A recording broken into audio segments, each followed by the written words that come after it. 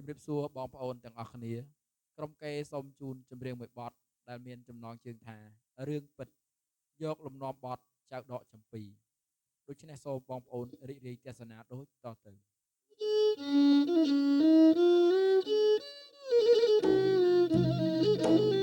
ចៅដកចំពីអើយចៅស៊ីចំប៉ា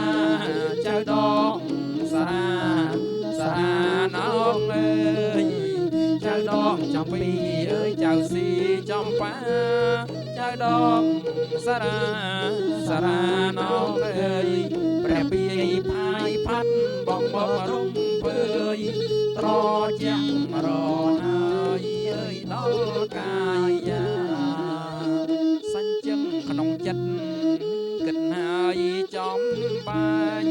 ខ្ញុំចង់ថ្លាញអំពីជីវិតសញ្ជឹងក្នុងចិត្ត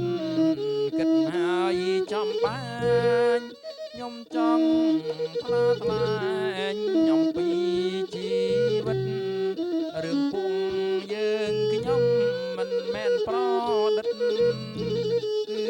ជារឿងពិតស្នេហ៍ប្រុងនិងប្រុងគួរដឹងឮហើយមិនអើយយល់ទេគ្មានអ្វីមកកាប្រែចិត្តជាថ្មីគួរដឹងឮហើយមិនអើយយល់ទេគ្មានអ្វីមកកាប្រែចិត្តជាថ្មីមានតែទេវតាជួយជាសាងសីប្រាប់មិត្តប្រុងស្រីឲ្យបានយល់ច្បាស់មើលឃើញក្មេងៗខ្ញុំស្រង់ទឹកភ្នែកអាសូរគ្នាពេកសង្វេគចិត្តណាំងមើលឃើញក្មេងៗខ្ញុំស្រង់ទឹកភ្នែកអាសូរគ្នាពេកសង្វេគចិត្តណាំងគ្រួសារស្ដីជេររត់ចេញពីផ្ទាំងហើយគិតប្តេងផ្ដាំងព្រមក្តីស្រែកក្លៀនបើជួបមិនល្អចេញកែដំរូវខ្លះដើរខំផ្លូវ